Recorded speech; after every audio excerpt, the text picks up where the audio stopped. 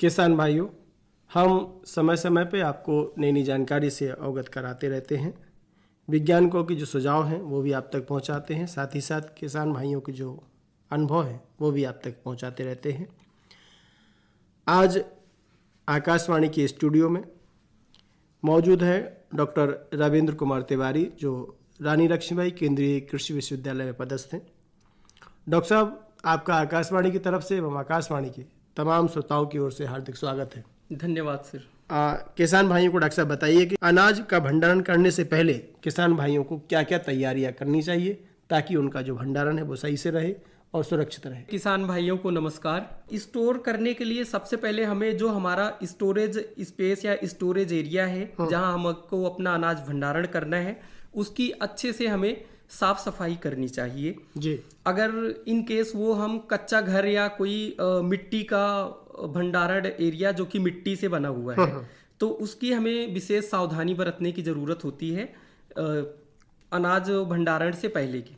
जैसे कि हम सब जानते हैं कि मिट्टी में बहुत सारे माइक्रोब्स और इंसेक्ट पेस्ट छिपे रहते हैं जो कि हमारे अनाजों के लिए हानिकारक होते हैं। तो ऐसी स्थिति में सबसे पहले सर हम क्या करते हैं कि उसकी अच्छे से, अगर वहां पे कोई स्क्रैच आ गया है या कोई दरार आ गई है दीवार में या उसके जमीन पे, तो हम उसकी थोड़ी सी खुदाई करके उसको निकालते हैं और उसको खोदते हैं कि कहीं उसमें कोई जीवाणु तो नहीं छिपे हुए हैं या कोई इंसेक्ट या पेस्ट। कभी कभी चूहे वहां बिल बना लेते हैं जो कि शुरू में बहुत छोटा दिखता है लेकिन बाद में वो अनाज को बहुत ज्यादा नुकसान करते हैं। बिल्कुल, आपका कहने का मतलब है कि जहां भंडारण हमारे किसान भाई को करना है साफ सूफ कर ले। अगर कोई दरार है या कोई फटी हुई दीवार है तो उसको भी सफाई कर ले और अंदर तक सफाई करे, चाहे वो खुरपी से करे या किसी दराती से करे, और साफ सूफ करके और उसको सब, क्योंकि उसमें तमाम जो कीट है कोई कीट अंदर ना रहे या उन कीटों के जो अंडे हैं वो भी ना रहे, क्योंकि बाद में चल के अंडे फूटेंगे और जो कीट बनेगा वो नुकसान करेगा। तो डॉक्टर साहब, आइए, तो होगी सफाई की बात। अब बात आती है कि इसको लिपाई पुताई कैसे करे, कौन सा पाउडर से उसकी सफाई करे, कौन से पाउडर का छिड़काव करे, कौन सी दवाई लगाए ताकि कीट भी मर जाए और हमारा जो अनाज है वो भी सुरक्षित रहे। जी सर, बिल्कुल। एक्चुअली क्या होता है कि आज के टाइम में हमें ज़्यादा से ज़्यादा जैविक चीज़ें यूज करनी है जी। जैसे कि लिपाई के लिए पुराने समय से हमारे वेदों में भी ये चीज़ें दी गई हैं। अनाज भंडारण के समय हम जो भी हमारे गौवंश हैं, जैसे गोबर जो उपलब्ध है, चाहे गाय का हो चाहे भैंस का हो, हम उसको मिट्टी के साथ मिला के, और आजकल हम क्या करते हैं, नीम की पत्ती का जब हम उसको गोबर को मिट्टी में मिक्स करें तो साथ में कुछ नीम की पत्तियां पीस लें और उसके पेस्ट को भी हम उसमें मिला के लिपाई कर सकते हैं, जो कि बहुत ही अच्छा जैविक विधि है, जिससे हमारे नीम की पत्तियों में जो anti bacterial anti fungal effect होता है उससे वो मर जाते हैं। दूसरा एक और सर, क्योंकि अभी जैसे नीम पक जाती है तो नीम का तेल निकालने के बाद नीम की खली बच जाती है। हम उस खली को भी पेस्ट बना के उसका पाउडर बना लें। पाउडर बना के उसको जैसे गोबर के साथ मिट्टी मिक्स करें, उसी मिट्टी में उसी पाउडर को मिक्स करके एक लेप बना लें, जो कि एक जैविक तरीका है जो कि सारे कीटाणुओं को मार देता है। इसके अलावा मार्केट में भी सर कुछ केमिकल्स हैं, बट केमिकल्स के साइड इफेक्ट हेल्थ स्वास्थ्य पे बहुत बुरा प्रभाव पड़ता है।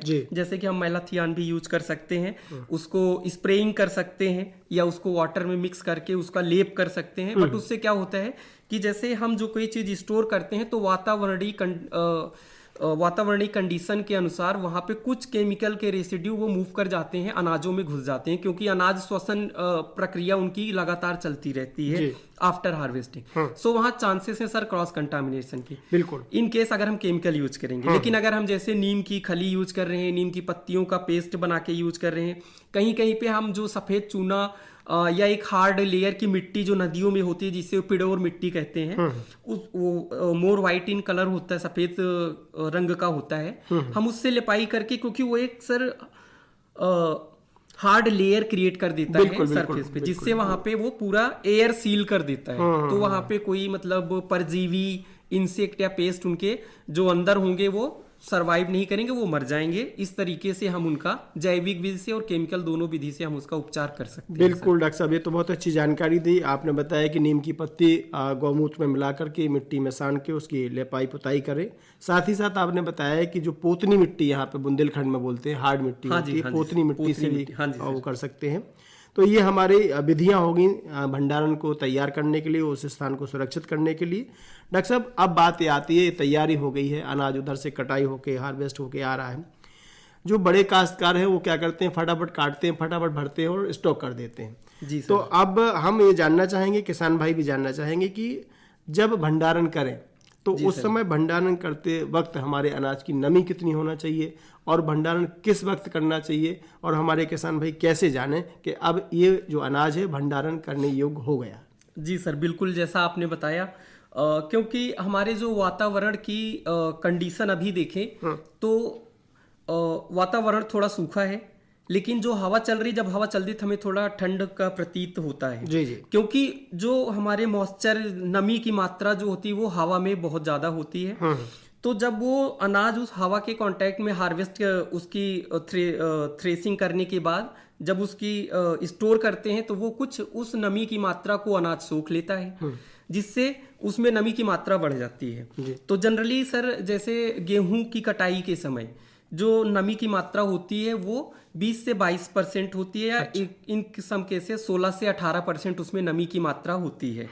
तो उस नमी की मात्रा को हमें निकालना होता है। इसके अलावा कुछ ऊष्मीय ऊर्जा विकिरण द्वारा, सूर्य के विकिरण द्वारा जो ज्यादा ऊष्मीय ऊर्जा उस अनाज में इकट्ठी होती है, जिसकी वजह से उसका श्वसन दर बढ़ जाता है। उस श्वसन दर से उस नमी की मात्रा बाहर आती है जी। जिसकी वजह से वहां पे कंडेंस मतलब वो नमी की मात्रा पानी से गैस फॉर्म में आएगी, गैस से अगेन वो पानी में बदल जाती है, जिससे वहां पे बहुत सारे माइक्रोब्स डेवलप होने के चांसेस रहते हैं। तो हमें क्या करना चाहिए, पहले एक पतली लेयर 20-25 सेंटीमीटर की बना के उसको धूप में सुखा लेना चाहिए। और जब वो भंडारण की नमी की मात्रा उसमें कम हो जाए, जैसे कि गेहूं में जनरली 12 से 14% पे हम करते हैं। जब हम धान की कटाई करते हैं तो उस समय जो वातावरणीय नमी की मात्रा बहुत अधिक होती है, क्योंकि बारिश का समय होता है। तो जनरली उसमें 22 से 24% या 20 से 22% वातावरणीय नमी होती है। तो हमें धान के सही भंडारण के लिए हमें उसको सुखा के 14 से 16% या 14% के लेवल तक लाना होता है। तो हम ये तो हो गई सर कि हम उसकी नमी की मात्रा को कैसे कम कर सकते हैं। उसको हम धूप में सुखा सकते हैं, क्योंकि इस समय धूप अवेलेबल होती है फ्री ऑफ कॉस्ट। नहीं तो आजकल बहुत सारे सर मैकेनिकल ड्रायर्स आ रहे हैं जी, जिससे हम बहुत ही कम समय में बहुत ही ज्यादा मात्रा में अपना अनाज सुखा सकते हैं। और दूसरी बात ये रही सर कि हम कैसे समझें कि हमारे अनाज में नमी की मात्रा कम हो गई है और ये भंडारण योग्य हो गया है ये। और जब हम पतली लेयर बनाएं तो दिन में कम से कम 1 से 2 बार उन लेयर की चला दें, उसको मिक्स कर दें कि ऊपर और नीचे की लेयर प्रॉपर मिक्स हो जाए, जिससे अनाज अच्छी तरीके से सूख जाए। और सर अनाज की नमी की मात्रा चेक करने के लिए तो अगर साइंटिफिक वैज्ञानिक विधि की बात करें तो बहुत सारे मॉइस्चर मीटर अवेलेबल हैं, या हम लैब में प्रैक्टिकल कंडक्ट करते हैं। लेकिन सर क्या होता है, किसान भाई हमारे ऐसा एक्सपेरिमेंट कंडक्ट नहीं कर सकते, प्रैक्टिकल परफॉर्म नहीं कर सकते, इसलिए हम उस नमी की मात्रा को अनाज को तोड़ के देखते हैं। जैसे हम अनाज को अपने दांतों के तले रख के तोड़ेंगे, जितने उसमें नमी की कम मात्रा होगी उतना ही ज्यादा वो पावर लगेगा और तेज आवाज प्रोड्यूस होगा उसको तोड़ने में। और जितनी ज्यादा नमी की मात्रा होगी वो इजिली टूट जाएगा। और नमी की मात्रा जब ज्यादा होती है तो वो इजिली सेपरेशन नहीं, मतलब 2 पार्ट में बराबर नहीं टूटता है। लेकिन जब नमी की मात्रा कम रहती है तो बराबर 2 भागों में टूट जाता है और दांत से हमारी कट कट की आवाज आती है। जी जी बिल्कुल डॉक्टर साहब, ये तो बहुत ही ज्ञानवर्धक जानकारी आपने किसान भाइयों को दी। और डॉक्टर साहब अब बात आती है कि जब हमारा किसान भाई भंडारण करे, भंडारण करते वक्त क्या क्या विधियां उसमें अपनाएं कि वो खराब ना हो। कुछ जैविक विधियां हैं, कुछ रासायनिक विधियां हैं, ताकि उसका जो अनाज है खराब ना हो और जब अगले साल 6 महीने 7 महीने में निकाले तो बढ़िया निकले और उसमें कोई कीट या कोई किसी पेस्ट का अटैक ना हो, और निकाले और निकालने के बाद तुरंत अपने खाने में उपयोग करें। ऐसी कौन कौन सी विधियां हैं? हाँ जी बिल्कुल सर, जैसा आपने बताया कि अनाज के भंडारण की तैयारी के साथ साथ अनाज का सुचारू और सफल और सही भंडारण बहुत अति आवश्यक है। जैसे कि जब हम थ्रेसिंग करते हैं, थ्रेसिंग करते समय उस अनाज में बहुत सारे, जैसे गेहूं थ्रेसिंग कर रहे हैं उस समय गेहूं के साथ बहुत सारे उसमें भूसा या कुछ और पार्ट्स आ जाते हैं, जैसे कोई जो खरपतवार होते हैं उनके भी बीज जो होते हैं वो उन अनाजों के बीच में आ जाते हैं। और मूलतः ये होता है कि जैसे उसमें जब ज़्यादा भूसा आ गया या कोई खरपतवार के बीज आ गए, या सम टाइम अगर मान लीजिए कि बहुत बार मक्खी वगैरह लगी होती हैं तो वो भी मर के उसमें आ जाती हैं। तो हमें अनाज की साफ सफाई अच्छे से कर लेनी चाहिए। जैसे हम हवा में ओसा सकते हैं, आजकल फर्राटा फैन लगा के जनरली हम उसमें ओसाई कर ले कि उसमें अनाज में गेहूं के सिवा कोई और ना तो कंकड़ पत्थर रहना चाहिए, ना तो मिट्टी के कोई पार्ट रहने चाहिए, ना तो उसमें कोई इंसेक्ट या पेस्ट, बहुत सारे कीट पतंगे जो थ्रेसिंग करते टाइम उसमें आ जाते हैं, फिर वो हमारे गेहूं में पहुंच जाते हैं। जी। तो उससे क्या होता है कि ये अनाज को नुकसान पहुंचाते हैं कि जब उनका हम भंडारण करते हैं तो कुछ दिनों बाद वहां पे सूक्ष्म जीव और माइक्रोबैक्टीरिया, माइक्रोब्स डेवलप हो जाते हैं। बिल्कुल। क्योंकि जिससे वहां पे अनाज में सड़न पैदा हो जाती है और दुर्गंध आने लगती है। उसकी वजह से उसमें और कुछ कीट पतंगे पैदा हो जाते हैं, जैसे कि गेहूं में हम देख सकते हैं कि रेड बीटल, जिसको पई या घुन वाले कीड़े बोलते हैं, वो बड़ी आसानी से लग जाते हैं। रीजन यही है कि या तो उसमें नमी की मात्रा ज्यादा है, या जब हम उसकी भंडारण कर रहे हैं, भंडारण करने से पहले हमने ये सारी तैयारियां सुचारू रूप से नहीं करी। हमने उसमें से प्रॉपर अगर उसकी साफ सफाई नहीं करी, उसमें से कीट पतंगे के अवशेष नहीं निकाले, उसमें से कोई पत्थर है या मिट्टी के कुछ अवशेष आ जाते हैं उसको नहीं निकाले, या जो हमारे खरपतवार के बीज या भूसा वगैरह उसमें रह गया है, इसकी वजह से सर वो दाने की गुणवत्ता को वो खराब कर देता है। तो हमें विशेषतया जो प्राइमरी प्रोसेसिंग, प्राथमिक प्रसंस्करण होता है, जैसे उसमें ओसाना हो गया, अलग करना हो गया, जिसको साफ करना, कभी कभी हमें धुलने की भी आवश्यकता पड़ती है, तो अनाज को धुल के सुखा के तब हम उसको स्टोर करें, जिससे हम उसकी भंडारण क्षमता और उसकी भंडारण जीवन को बढ़ा सकें। बिल्कुल डॉक्टर साहब, ये तो बहुत अच्छी जानकारी दी आपने। खासतौर पर वो किसान भाई जो बोरों में भंडारण कर रहे हैं, वो किन किन बातों का ध्यान रखें ताकि उनका जो अनाज है वो खराब ना हो? जी सर, बिल्कुल। जैसा आपने बताया कि अनाज के भंडारण की प्राइमरी 2 विधियां अपने भारत में ज़्यादा प्रचलित हैं। हर रीजन में, खासकर बुंदेलखंड रीजन में भी। एक तो होता है हम बल्क भंडारण करते हैं कि हम अनाज को बिना किसी बोरे में भरे किसी एक जगह पे स्टोर कर देते हैं, और दूसरा एक हम उसमें को प्लास्टिक या जूट के बोरों में भर के, या जो खाली लोहे के या प्लास्टिक के ड्रम होते हैं, आजकल हम उसका भी उपयोग करते हैं अनाज भंडारण के लिए। लेकिन जैसा आपने बताया कि अगर कोई बड़ा काश्तकार है, बड़े हमारे किसान भाई हैं जिनका अनाज की पैदावार बहुत ज्यादा है, दीवार से सटा के बोरों को नहीं रखना है जी। क्योंकि जैसे हमारे जब वातावरणीय चेंजेस होते हैं, जैसे गर्मी के बाद बरसात का सीजन आता है, तो बरसात में बारिश की वजह से हवा में नमी की मात्रा बढ़ जाती है, और हमारी दीवारें जो सूखी होती है उस नमी की मात्रा को अवशोषित कर लेती हैं।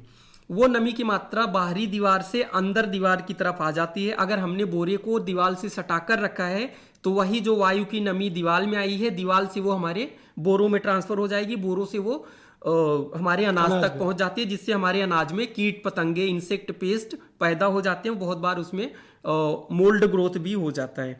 तो विशेष ध्यान ये रखना है कि हमें दीवार से सटाकर नहीं रखना है। अगर हम ज्यादा दिन के लिए स्टोर करें, लाइक 1 साल के लिए अगर हमको रखना है तो दीवार से कम 1 मीटर की दूरी रखें, और नीचे एक प्लेटफॉर्म क्रिएट करें। अगर पॉसिबल हो तो 1/2 मीटर ऊंचाई पे उसको रखें, या फिर 30 सेंटीमीटर भी हम रख सकते हैं कि जमीन से डायरेक्ट कांटेक्ट ना हो। उसके लिए लकड़ी भी यूज होती है, बहुत सारे प्लास्टिक, हार्ड फाइबर आते हैं। डॉक्टर रविंद्र कुमार तिवारी जी, आप आकाशवाणी के स्टूडियो में आए, किसान भाइयों को इतनी ज्ञानवर्धक जानकारी दी, इसके लिए आपका बहुत बहुत धन्यवाद।